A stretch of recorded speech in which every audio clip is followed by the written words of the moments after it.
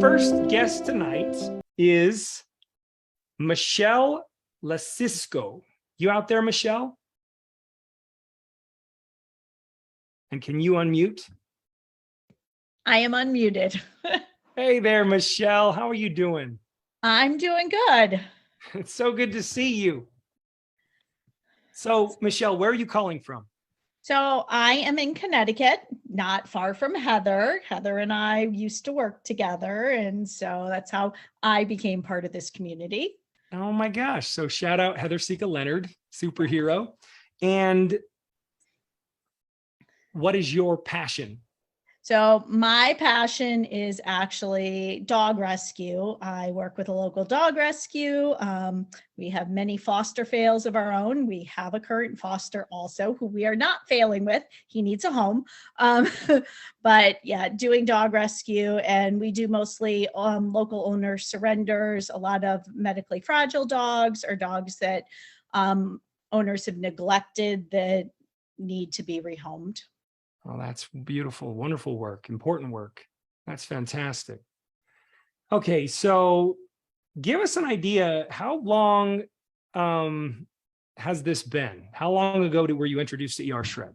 So it's been about just over a year and a half now since I did my first shred. So it took me a little bit of, previous to that, it's kind of started a little bit of transformation and journey on my own after I finally got some medical diagnoses that resolved a couple of issues I was having. And I started working with a nutritionist. And then Heather was like, well, check this out. Since you're already headed in that direction. I checked out the guides, watched everything, and then I was a little hesitant at first. Then I decided to just jump fully in and just go for it. So it didn't actually take me long to jump in. And I said exactly that. It's 11 days. If it doesn't work, it doesn't work. And been on track ever since. You've been on track ever since, a year and a half. Yes. That's amazing. Yep. I've lost a total of 140 pounds. I still have probably about a good 100 to go. Heather and Susan's been helping me out with a few things. I'm currently in the process of going through menopause also, in addition to I had a really bad knee injury, fractured my knee, tore my meniscus, have a ton of inflammation from that. I have a blood clotting disorder, and I've been going through menopause this past year. So I've been having a ton of hormone issues. So like the weight loss, it's slowed down significantly. It still has. I've lost very little in the last 5-6 months, but the hormones have now regulated, the inflammation is down, and I feel like it'll start to happen again. But I've maintained, and I still feel very good. So I'm very happy with where I'm at. I love this. Hold on one sec. I'm going to turn my fan on. It's a little warm in here. Hold on.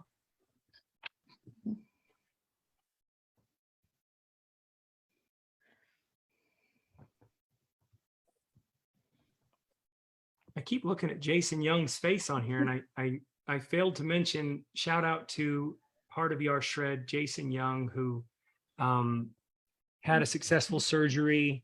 And we're just really thrilled to hear that you're doing good and that you're on the path of recovery. And we love you. You're amazing. We love you. Okay. So Michelle Lesisko. Michelle, I got to ask you a question. You said 18 months. Yep. And you also said 140 pounds. Is that what I heard? Correct. That is correct. So I gotta just pause there for a sec. And of course, I posted the disclaimers and whatnot, because it's important that we don't. I mean, that's pretty incredible, actually. I mean, I caught on that you have more that you'd like to lose, yes, and that's no problem. That's fine. I mean, but I just want to focus on the significance of what you have accomplished, because that's amazing. And I don't want to give anyone the impression out there that anybody could lose 140 pounds in 18 months, because not everybody will. Yep. Everybody's different. And like you started to mention some things about menopause and so forth, biochemistry is unique as a fingerprint. No two people are exactly alike. And there's other things that we can't really quantify, such as hormones, such as stressors, such as, Jesse always talks about the microbiome and the complexities of that. And have people been on antibiotics? And, there's so many different complexities. Where do you live? What toxins have you been exposed to environmentally? There's so many complexities. I just have such tremendous respect, Michelle, for you've got a pretty phenomenal perspective right now, wouldn't you say? Yes, I would, because even though I have had huge chunks of time over the last 5-6 months where I really haven't lost much, it's like a pound or 2 here and there, I'm not discouraged by that because I still feel so good. And I feel like if I wasn't doing this with everything I'm going through inflammation wise and with my body and with the hormones, that I'd actually probably be gaining. So I feel like I'm in a good place, even though I know I still have more work to do and a lot more weight to lose, that to make it through this chunk of time with how bad my hormones have been and the inflammation in my body, I feel like I'm in a good place. Yeah, I sense that mentally, and I love that, because too many people, they only think about what's left to lose. They don't think about what they've done. And that's important. I wanted to have you give contrast, because you mentioned you feel so good. What was Michelle feeling like before versus now feeling so good? What are those differences? Michelle was feeling nonstop fatigue. Like walking up a flight of stairs was practically a killer. I just wanted to sleep most of the day. I was tired all the time. Everything was exhausting, and I didn't have any energy at all. And I really literally would nap for a couple hours, if not more, every afternoon. I was just so fatigued.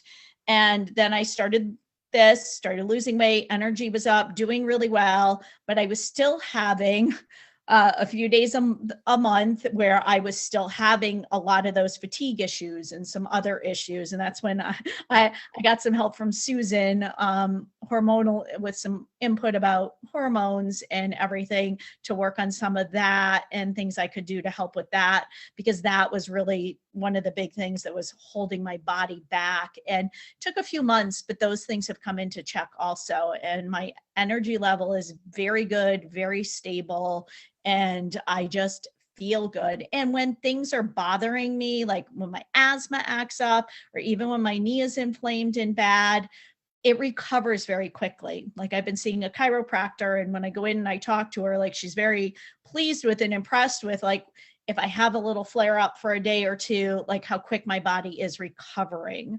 It's not lasting. It bounces back much better. Yeah. Oh my gosh. You're making me get those chill things, those feel goods, because I can see how much this has impacted your life. Were you a vegetarian at one point? I was a vegetarian most of my life, and even vegan for a good chunk of it. And and all I did was gain weight and gain weight and gain weight. And I honestly, when I started working with a nutritionist a few years ago, she made me food diary, and I was only eating between 600 to 900 calories a day. And I was gaining weight and gaining weight, even eating that little. And I was up to about 380 pounds. This is so significant, because people are doing just that, and they're trying. It upsets me. I have to tell you, I get emotional about this one, because I've been in this industry 20 professional years, and I get pretty upset when I hear these stupid things said about calories in, calories out, and you're not trying. And I've heard some pretty insensitive, arrogant medical professionals lay it on people. And there's more complexities here than what they realize. So God, you're such a miracle. Well, bigger than I know. me. Go ahead, please. Bigger than me is my father, which was part of the point of me coming today, that post I had done about my dad. who has a lot of significant issues health-wise, and he actually broke under 200 this week. He's lost 85 pounds in the last year. He's no longer diabetic. I know all the disclaimers with everything with this, but all of his numbers have dropped down. He's like, the last one, we went to the doctor last week, actually, he had dropped to pre-diabetic, and now he's not even in the diabetic range with any of his blood sugar levels. And his alertness is so much better. He looks good. He has other medical issues that he clearly has limitations, but he just overall, he's embraced everything. He's embraced this protocol, this concept. Not completely. He doesn't cleanse. Okay, let's talk about that, because I really believe we do now have 2 options in ER Shred for baseline foundational. Before you start building your blueprint, there's an option with cleanse days, there's an option without cleanse days, and everybody's like, not everybody, but there's a handful of people who are freaking out like, no cleanse days, oh my God, you're a baby killer. It's like, no, I'm not a baby killer, and I know people. So your dad didn't, and by the way, I don't know if you guys all caught the call last night with Kathy Martinez, but her first 3 weeks, she didn't do cleanse days. And she still lit up and transformed. So your dad doesn't do cleanse days. How long has he been doing ER Shred? It was a year in May, so it's a little over a year. Okay, so he's a year, and not only has he lost the 85 pounds, but you're telling me that there's a whole host of other health benefits. Some of them, cognitively, he was like not very alert. He was always just kind of spaced out, not engaged.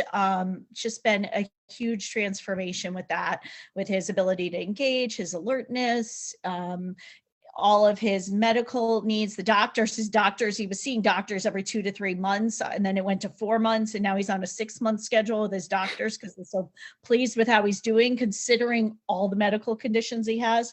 We saw his cardiologist yesterday, who was like, he goes, yeah, like, I really don't need to see you for 6 months. He's like, you're good. Oh my gosh, Michelle. So you shared with your dad, right? I modeled. We started with modeling. I started modeling. Husband got on board, just started preparing, didn't push him, made some minor changes to what he was doing, tried to force 1 shake a day in him. And then after a few weeks, he looks at me one day and just goes, I think I want to eat like you and John eat. And I said, okay. And he jumped right. It was his idea. It was, yes. He's like the Greek dad on My Big Fat Greek Wedding. He's like, yes, you got to make it the dad's idea, then he'll go along with it. Yep, because he was watching our transformations happening, watched me, watched my husband, and was like, okay, I need to get on board with this. And it slowly, I didn't do it 100% at first with him. I kind of weaned him into it, and he's fully on board.